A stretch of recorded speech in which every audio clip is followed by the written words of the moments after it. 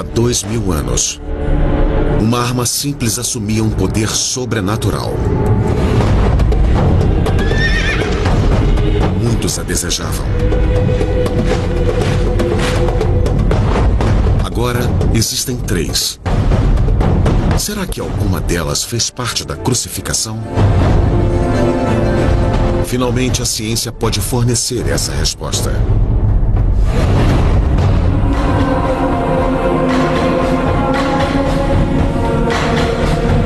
A lança que feriu Cristo.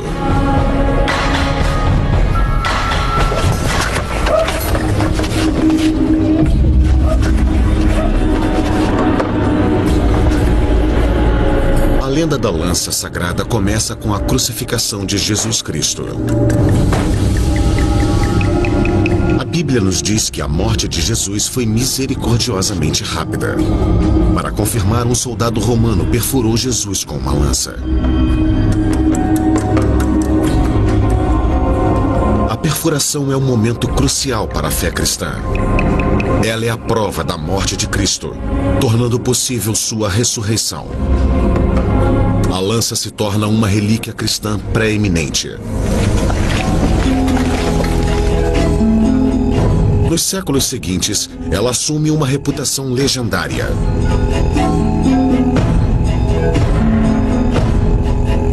Dizem que o imperador Constantino tinha a lança sagrada quando impôs o cristianismo no Império Romano. Com a lança ao seu lado, Carlos Magno criou a primeira União Europeia em meio ao caos da Idade Média. Tanto Napoleão quanto Hitler almejavam o poder místico da lança para que pudessem dominar o mundo. Hoje, existem 3 lanças sagradas, que não são consideradas cópias. Uma se encontra na Armênia, outra no Vaticano e a outra em Viena. Uma dessas poderia ser a lança de Cristo?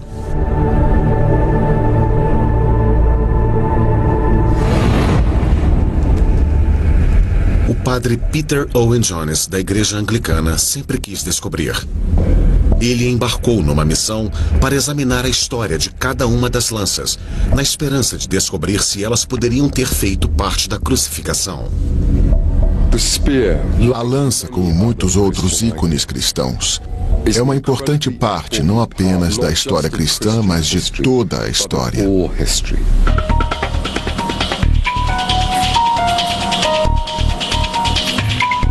Robert Feder, especialista em metais e artefatos antigos, pretende avaliar cientificamente cada lança para determinar sua idade e origem. As 3 lanças, de um ponto de vista científico e histórico, apresentam um forte indício de que são de um momento bem antigo da história, possivelmente próximo à época de Jesus.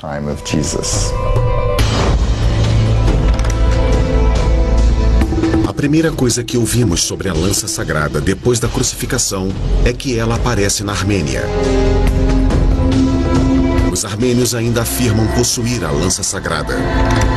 Portanto, este é o lugar onde Peter começa sua busca.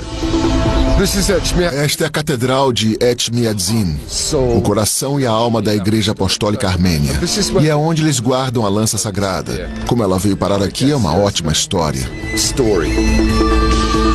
Segundo a Igreja Armênia, um dos 12 discípulos de Jesus levou a lança para lá. O apóstolo Tadeu chegou aqui alguns anos depois da crucificação. Ele trouxe a lança sagrada e os sacerdotes pagãos se sentiram bastante ameaçados com sua presença. E por isso ele foi decapitado. Antes de ser morto, Tadeu converteu alguns poucos pagãos ao cristianismo. Eles ficaram com a lança a escondendo numa caverna secreta que depois se tornou o mosteiro de Gerhard. Gerhard significa lança em armênio. A lança permaneceu escondida por mais de 200 anos, até que um habitante local chamado Gregory desafiou os padres pagãos, pregando o evangelho na Armênia. Mas os pagãos eram poderosos. Gregory foi preso.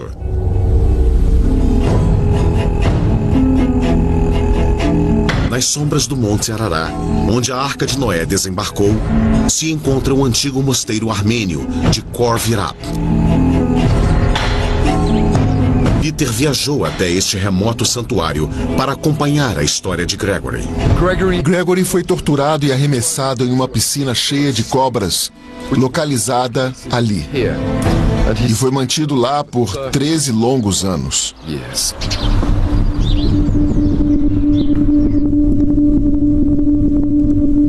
Milagrosamente, Gregory sobreviveu 13 anos naquela piscina de cobras. Conta a lenda que por fim ele recuperou a lança sagrada. Com a lança em suas mãos, ele derrotou os deuses pagãos. Converteu o rei e toda a sua corte ao cristianismo. E no ano 301 d.C., a Armênia se tornou o primeiro estado cristão. A lança foi então alojada no coração da igreja mãe da Armênia, a Catedral de Etmiatsen. Na igreja é uma das coisas mais sagradas que temos. Apesar da igreja armênia mostrar sua lança sagrada somente a cada 7 anos, Peter recebeu permissão especial para vê-la.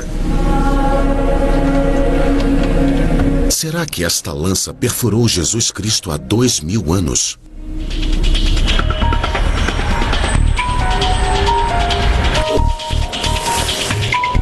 Robert Feder tem uma réplica da lança armênia.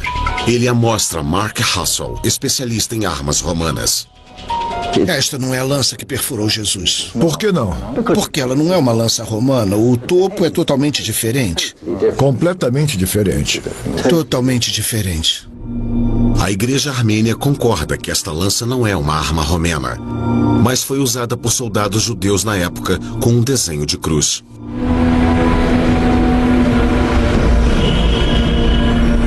A segunda lança sagrada que Peter investiga é a do Vaticano. Aparentemente, ela trouxe a paz para inimigos mortais, os muçulmanos e os cristãos. A investigação de Peter começa aqui, nas muralhas de Constantinopla, atual Istambul. 600 anos após a crucificação, Jerusalém foi conquistada pelos persas. Então, o conto da lança do Vaticano foi dividido em 2. De alguma forma, a ponta desta lança foi quebrada nessa época.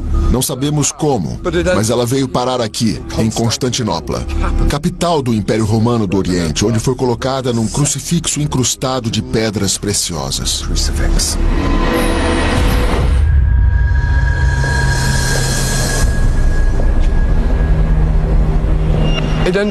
Ela veio parar aqui, na antiga igreja de Santa Sofia, mas levou mais 80 anos para outra parte se juntar a ela.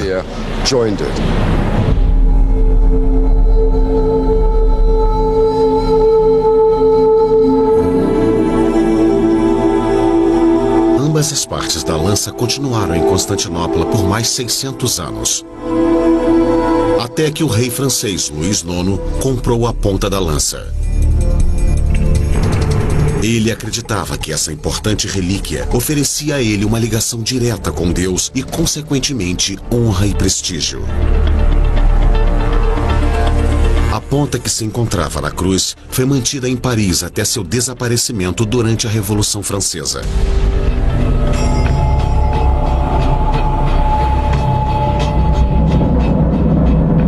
O resto da lança continuou em Constantinopla, que foi conquistada pelos muçulmanos no século XV.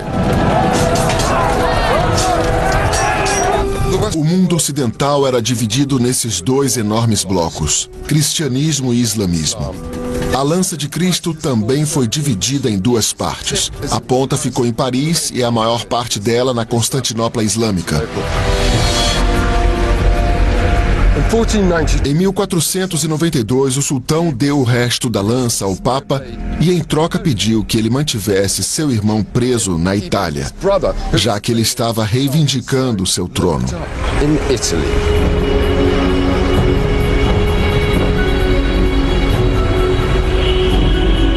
Foi um incrível pacto entre líderes de duas religiões rivais. A lança sem a ponta foi levada à Basílica de São Pedro e vendida mais uma vez. O Vaticano não faz nenhuma reivindicação quanto à sua autenticidade. Se ela for a lança verdadeira, a autêntica, então nos oferece uma melhor compreensão da paixão redentora de Cristo e da misericórdia de Deus, que não busca vingança pelo mal que ele fez. Infelizmente, o Vaticano não mostra a lança, nem permite que ela seja testada cientificamente. Robert Feder foi capaz de localizar as únicas imagens existentes da lança do Vaticano. Uma série de desenhos feitos no início dos anos 1900. Ele os mostrou a Mark Russell. Essa poderia ser então uma genuína lança romana se considerarmos esse anel aqui ou isso aqui. Embora a lenda diga que as lanças da Armênia e a do Vaticano tenham um enorme impacto na história, Feder não conseguiu achar nenhuma ligação com a crucificação. Ele e Peter vão examinar agora a lança de Viena, que tem uma reputação incrível. E com uma análise cuidadosa, ela revela um segredo surpreendente. No interior do Museu de História da Arte de Viena está um tesouro. Este é o lar da lança de Viena, que faz parte de uma coleção de algumas das mais fabulosas joias e relíquias da Europa. O museu é a próxima parada de Peter. Ele quer examinar a estranha jornada dessa relíquia extraordinária. A história da lança de Viena é uma história de poder, glória e ganância. Sua reputação é extraordinária. Mesmo que as lendas em torno dela sejam parcialmente verdadeiras, ela ajudou a moldar o destino da humanidade.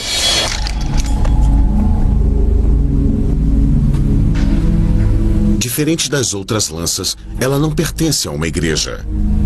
O museu concede a Robert Feder a oportunidade única de testar essa relíquia de valor inestimável.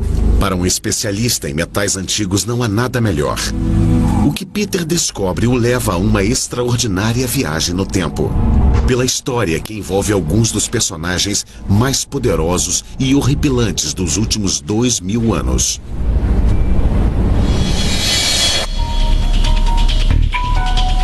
Robert Feder começou a investigação da lança de Viena há alguns anos atrás.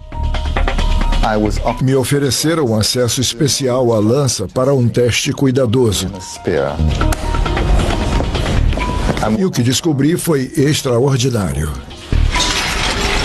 Enquanto esperávamos a lança chegar do museu, eu ficava cada vez mais animado. Era uma oportunidade única de examinar uma relíquia de enorme importância histórica.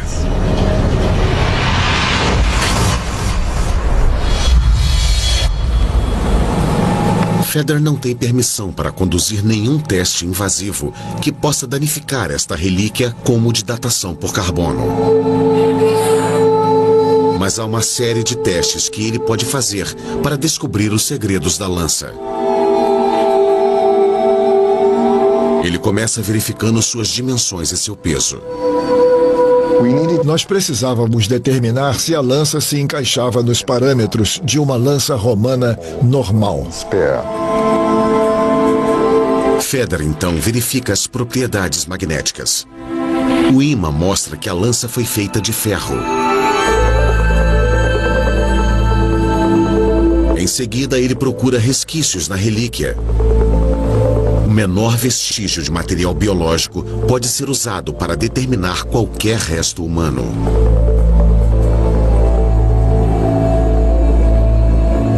Infelizmente, a lança passou por uma limpeza em 1970. Então não há nada para ser coletado. Quando foi desmontada para a limpeza, o museu tirou uma série de fotos dela. Elas mostram que a lança é feita de várias partes diferentes. As fotos também revelam que por baixo do revestimento de ouro há um revestimento de prata escondido, com a inscrição em latim: Lantia Sancti Mauriti, Sanctus Mauritius. A lança sagrada de São Maurício. Mas quem é São Maurício? Em um bosque à beira do lago, Peter descobre a lenda de São Maurício. Ela conta que após a crucificação, a lança sagrada foi passada pelos cristãos antigos até chegar ao Egito. Lá ela foi parar nas mãos de um centurião romano chamado Mauricius, ou Maurício.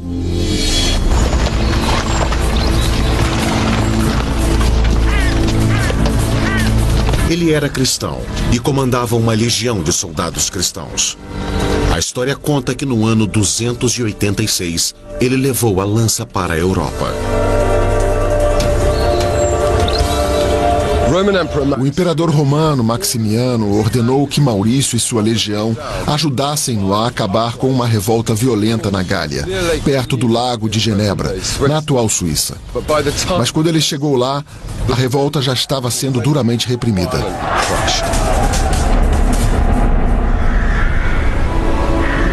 Maurício ficou horrorizado ao descobrir que os homens massacrados eram cristãos.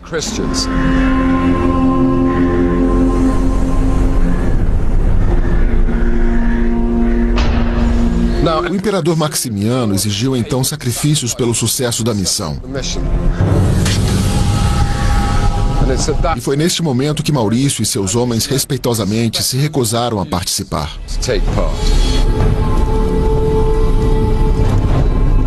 Todos os cidadãos do Império tinham que se sacrificar pelo sucesso do imperador e do Império. E o fato de que os cristãos não se conformavam com isso é visto como um crime.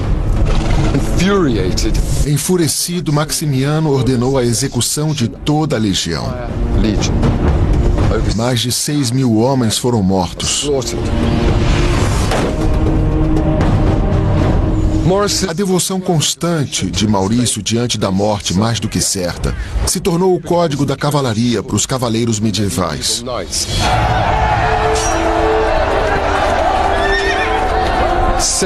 São Maurício é o santo padroeiro dos cavaleiros, soldados e exércitos.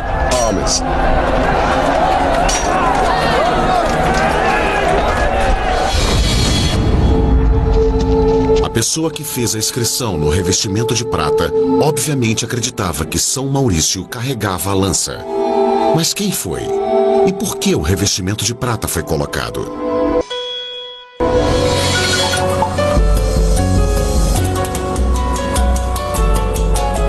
Analisando as fotos, Robert Feder descobriu que em algum momento a parte superior da lança foi quebrada em duas. A camada de prata foi acrescentada para fortalecer a lança, depois dela ter sido quebrada.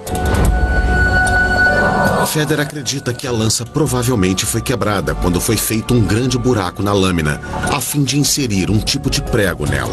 Ele passou a lâmina em uma máquina de raio-x para ter uma visão melhor do misterioso prego. Ele tem uma forma em comum.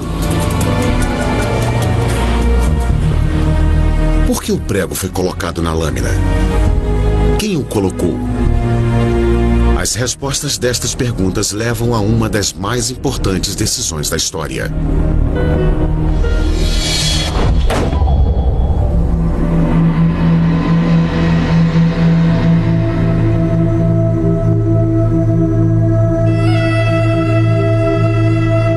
Seguindo a lenda da lança de Viena, Peter Owen Jones agora a encontra no centro de um dos maiores momentos de virada da história.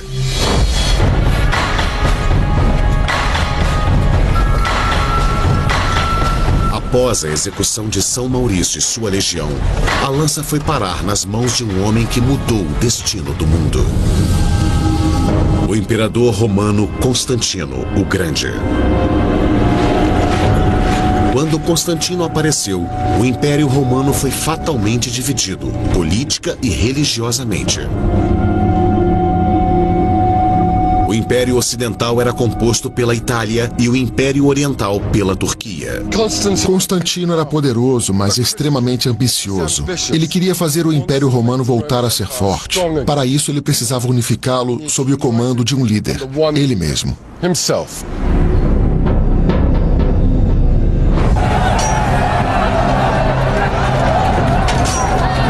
Diz a lenda que, um pouco antes da batalha decisiva que deu a Constantino o controle do Império, ele teve uma visão. Uma cruz em chamas aparecia acima do sol com as palavras: "Com este sinal ireis conquistar". Constantino ficou tão comovido com o que viu que pintou as primeiras letras do nome de Cristo em seu escudo e nos dos seus soldados. A lenda também diz que ele carregava a lança sagrada com ele na batalha.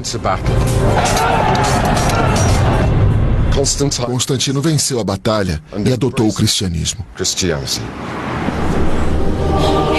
Ele não acreditava que, como um imperador cristão, poderia executar qualquer pessoa. Por isso, ele adiou seu batismo por causa da antiga crença de que o batismo limpa todos os seus pecados anteriores. Mas não os que estão por vir.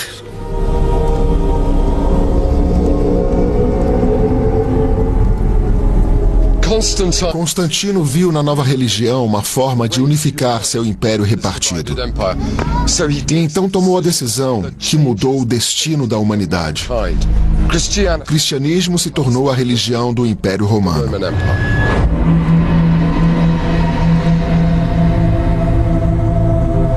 A lenda diz que ele estava com a lança sagrada quando tomou a decisão. Parece bom demais para ser verdade. Mas se ele estava levando a lança que o fez vencer a batalha, também não poderia estar com ela na hora dessa importante decisão?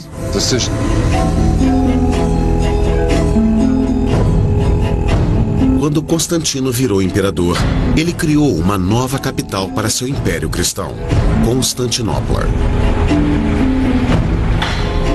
Sua mãe, Helena, que se converteu ao cristianismo bem antes de Constantino, foi para a Terra Santa em busca de relíquias cristãs. Ela voltou com uma magnífica recompensa, incluindo o que ela acreditava ser resquícios da Santa Cruz e pregos da crucificação. Ela colocou os pregos na armadura do filho para protegê-lo. Talvez também tenha colocado um prego na lança sagrada. Robert Feder tirou fotos microscópicas da lança. Ampliados, os pregos parecem ainda mais intrigantes. Agora podemos ver que não é um prego, é um pino. E tem 3 partes em relevo marcadas com cruzes amarelas. O que elas significam? Por que elas estão lá? Quem as colocou? Em busca de pistas, Feder volta sua atenção ao resto das outras partes da lança. A partir dos raios-x e das fotografias antigas, ele faz um modelo virtual para ver como as partes se encaixam. Ele revela ainda outro mistério. Na base da lança, há 2 lâminas em forma de asa, que parecem ter sido acrescentadas mais tarde. Elas certamente não parecem romanas. Feder mostra Mark Russell os raios-x da lança de Viena. Você pode ver neste raio-x que a base inferior é completamente separada da parte central. Certo. Então, removendo esta parte, voltamos ao básico. Este é o artefato original e parece uma lança romana. Mas essa cruz é o tipo de coisa que não esperamos de uma lança romana, mas sim de lanças pós-romanas da Idade das Trevas. Provavelmente as lâminas em forma de asa são de uma adaga do século 7 ou 8. Parece que várias partes da lança foram acrescentadas na era medieval. Talvez a lança inteira tenha sido feita nessa época. Russell acredita que a ponta da lança possa ser romana. Talvez até seja da época de Cristo. Será que Robert Feder vai descobrir uma ligação direta com a crucificação? Traçando a história da lança de Viena, Peter Owen Jones descobriu que na era medieval ela desempenhou mais uma vez um importante papel na história.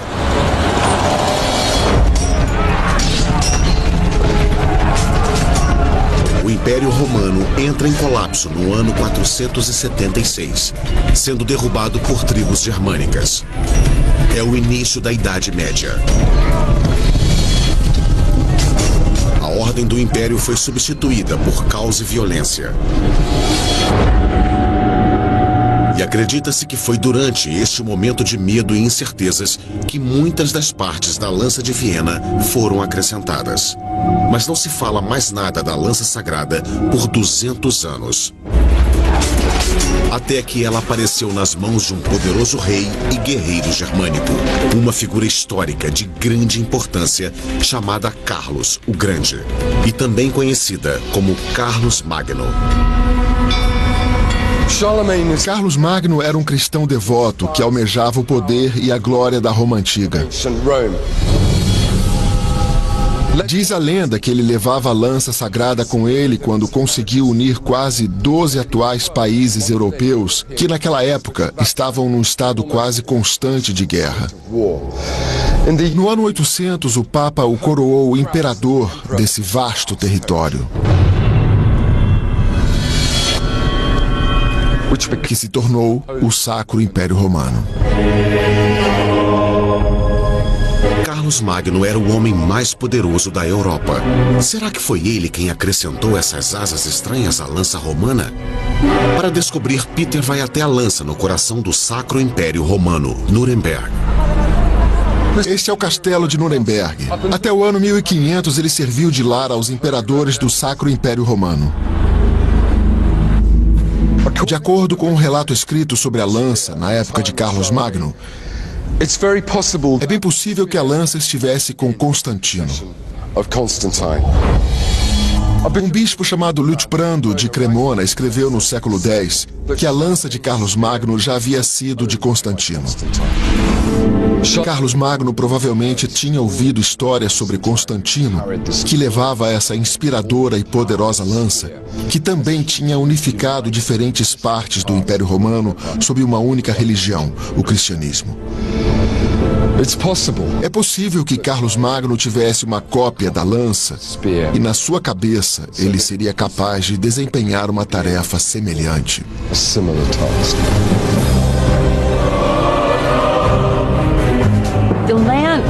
A lança funcionou tanto como um sinal do apoio de Deus ou de Cristo a esse soberano e como um sinal de que essa relíquia que tocou o corpo de Cristo deveria estar com ele,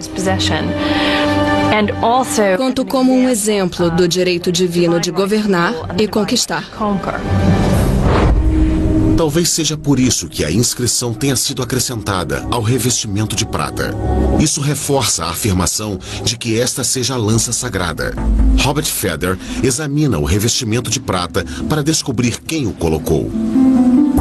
Clavis Dominicus Henricus Dei Gratia Tertius, Romano Imperator Augustus. Henrique, pela graça de Deus, III, imperador romano, ordenou que esta faixa de prata fosse feita a fim de reforçar o prego do Senhor e a lança de São Maurício. Henrique III é um descendente de Carlos Magno. Ele foi coroado imperador do Sacro Império Romano em 1046. Isso ajuda Feder a descobrir de quando é o revestimento. A camada de prata remonta ao século XI. Enquanto Feder começa a acreditar que a lança de Viena pode ter alguma ligação com a crucificação, outra lenda medieval conta que a lança teve um grande impacto bem longe da Europa. Ano 1097, época da Primeira Cruzada. Cerca de 70 mil homens e mulheres de toda a Europa responderam ao chamado para libertar a Terra Santa da ocupação muçulmana. A caminho de Jerusalém, eles cercam a cidade de Antioquia. Antioquia se situa no Vale Fértil do rio Orontes. É uma cidade cercada por enormes muralhas no topo das colinas que as circundam. A cidade aguentou por 8 longos meses, mas finalmente se rendeu e foi tomada pelas cruzadas.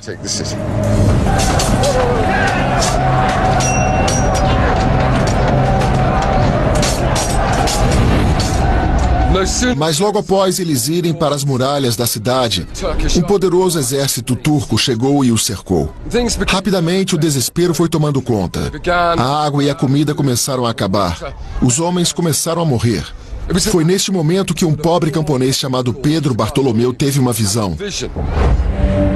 Ele dizia que Santo André vinha aparecendo para ele, dizendo que a lança de Cristo estava enterrada aqui, na Basílica de Antioquia.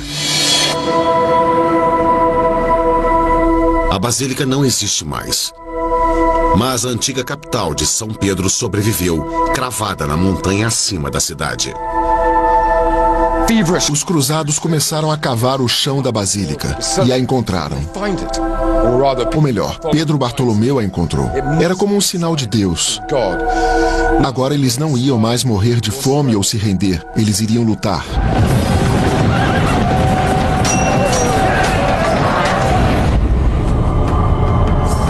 Os cruzados dirigiam-se para fora da cidade sitiada e, indo contra todas as probabilidades, milagrosamente derrotaram um exército turco muito maior. De Antioquia, armados com a lança, os cruzados vão para Jerusalém. Em seguida, os rastros dessa história desaparecem.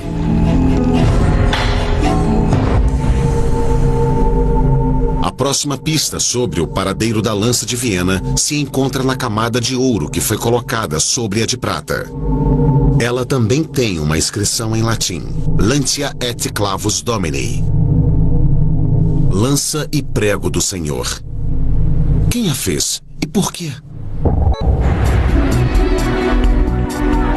No castelo de Nuremberg, Peter descobre que o próximo dono da lança sagrada foi um poderoso governante do século XIV. Em meados dos anos 1300, Carlos IV era o rei da Alemanha. Ele pretendia ser imperador do Sacro Império Romano, mas ele precisava de outras relíquias que dessem a ele poder e credibilidade.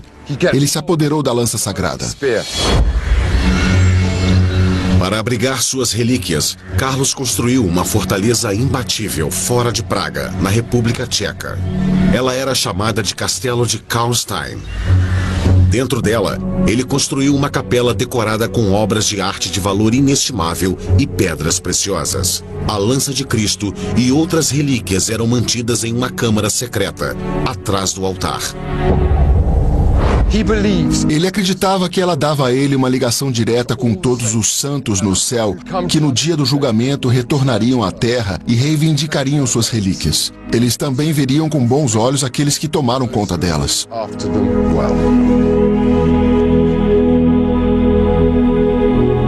Acredita-se que foi Carlos quem cobriu o revestimento de prata de Henrique com o seu de ouro, provavelmente para impressionar os santos. O revestimento de ouro é claramente do século XIV. Ambas as partes mencionam o prego do Senhor. Esse prego poderia ter feito parte da crucificação? Peter Owen Jones acompanhou a lenda da lança de Viena ao longo dos séculos, passando de um poderoso governante para outro. Agora ele acompanha sua terrível decadência. Início dos anos 1400. Um descendente de Carlos IV, precisando de dinheiro, vende a lança sagrada para o conselho da cidade de Nuremberg. Agora, a poderosa relíquia se torna a principal atração em um dos comércios mais lucrativos da Idade Média, o das relíquias. Uma das principais utilidades das relíquias no século XV era atrair ofertas de dinheiro. No centro da cidade, uma capela temporária especialmente construída era preparada. A nobreza e o clero se reuniram para fazer parte da exposição das relíquias. Tinha um dente que pertenceu a João Batista, uma lasca de madeira da manjedoura, um osso do braço de Santana e, finalmente, a lança sagrada.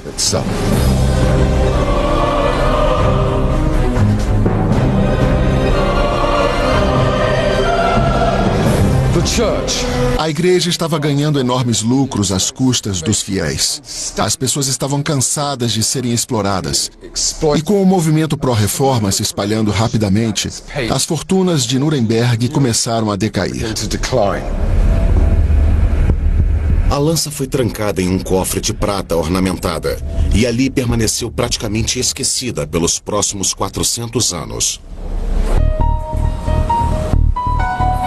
Robert Feder ainda está em busca de alguma pista que conte algo sobre o misterioso pino na lâmina.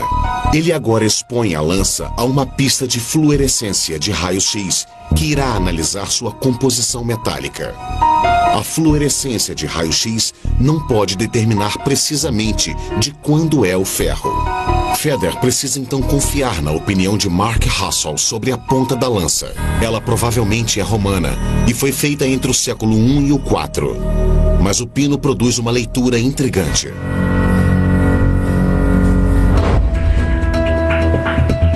Peter agora acompanha a lança sagrada na turbulência do final do século XVIII, quando outro conquistador ansiava por seu poder e glória. O ano era 1796 e Napoleão estava espalhando desordem pela Europa. Ele cercou Nuremberg.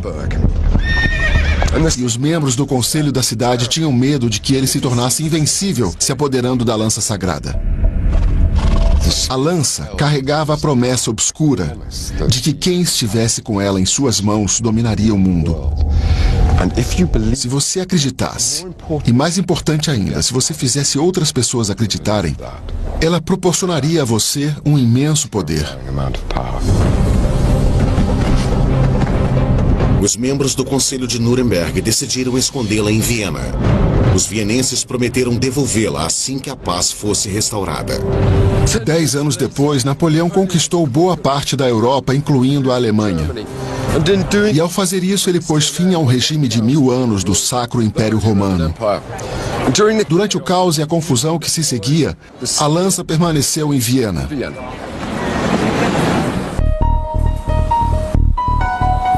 Feder agora amplia os medalhões nos pinos para examiná-los. Ele descobre algo estranho. Parece haver uma ligação entre os medalhões e o resto do pino. Olhando esses medalhões bem ampliados, eles parecem estar separados do pino. Com o microscópio, podemos ver que os dois metais estão separados. E podemos ver a diferenciação, as linhas separando os dois tipos de materiais. Fica bastante evidente com a fluorescência de raio-x e as chapas de raio-x que fizemos que a parte em relevo, os medalhões, estão separados do pino. Eles foram acrescentados em algum momento. É difícil dizer quando.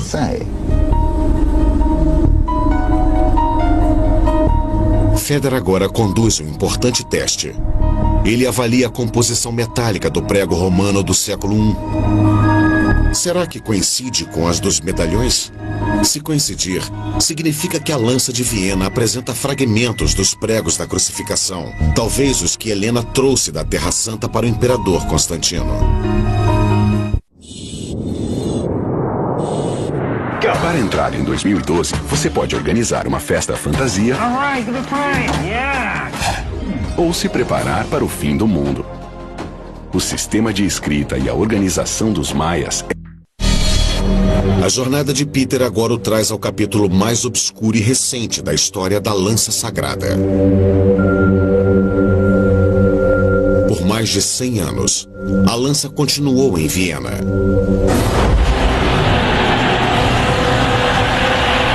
E então, em 1933, Adolf Hitler tomou o poder. 5 anos depois, ele conquistou a Áustria. Foi o primeiro passo em direção ao Império Nazista. O Terceiro Reich. Hitler não perdia tempo na apropriação de joias e relíquias do passado glorioso do Império. A lança de Cristo agora caía nas mãos de um dos mais infames ditadores da história. Ironicamente, Nuremberg era o lar espiritual dos nazistas. E foi para onde ele levou a lança. Numa estranha reviravolta do destino, Hitler levou a lança sagrada de volta a Nuremberg, seu lar, onde ficou por quase 400 anos. O sonho de Hitler de um império nazista durou pouco. No final de abril de 1945, o exército russo conquistou Berlim. Com a Alemanha derrotada, os americanos começaram a tentar recuperar todas as obras de arte valiosas e relíquias saqueadas pelos nazistas em toda a Europa.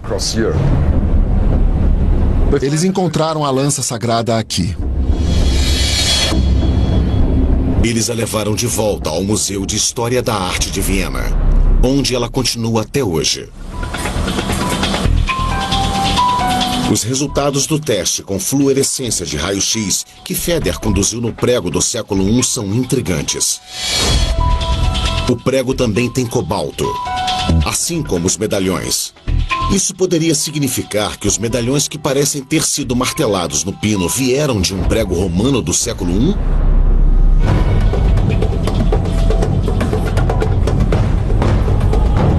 Após completar uma análise detalhada do pino na lança de Viena, Robert Feder pode revelar agora o que ele descobriu.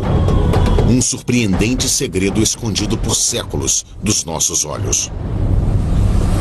Será que Feder finalmente encontrou evidências que conectem esta lança à crucificação? É extraordinário. Tem algo aqui que é incrível. Podemos ver a imagem de um peixe no medalhão. É bem nítida. Não é um rabisco.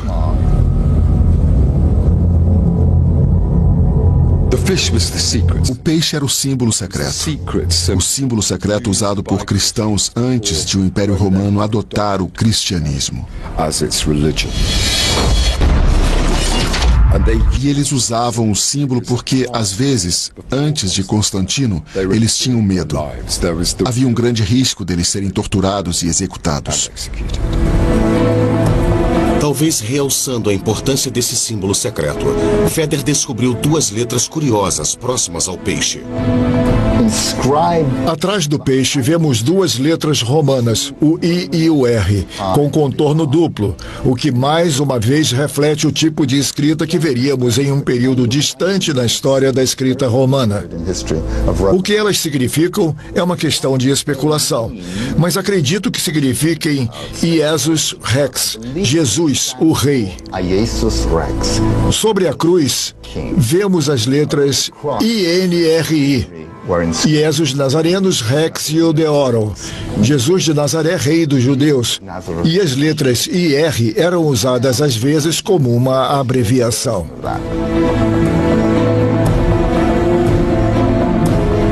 O peixe e as letras só podem ser vistos com um microscópio. Será que era possível inscrever algo tão pequeno nos primeiros anos do cristianismo? O Museu Petrie, em Londres, abriga uma das mais importantes coleções de artefatos egípcios. Entre eles está uma incrível pintura em miniatura. É da deusa Nepke, que se tornou protetora do faraó. Até mesmo com uma lente de aumento é difícil ver. Essa é uma lente do período romano. Ela ficou opaca, mas claramente foi usada como uma lente de aumento há mais de 2000 anos. Então a tecnologia já existia para ver e gravar nesse nível microscópico.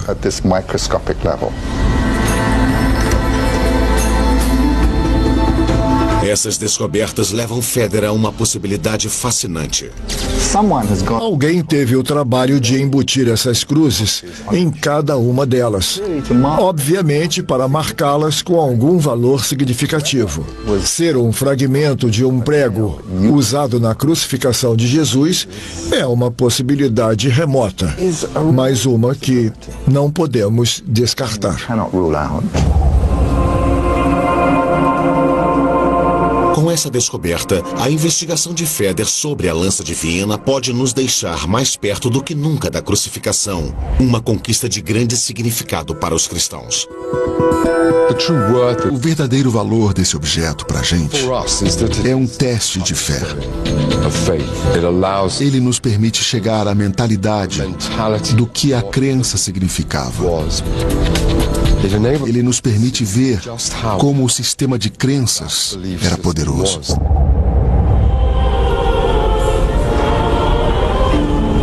As lanças sagradas são parte história e parte lenda. Mas, para os cristãos de todo o mundo, elas são uma parte poderosa da fé de cada um deles. E por isso, seu valor é inestimável.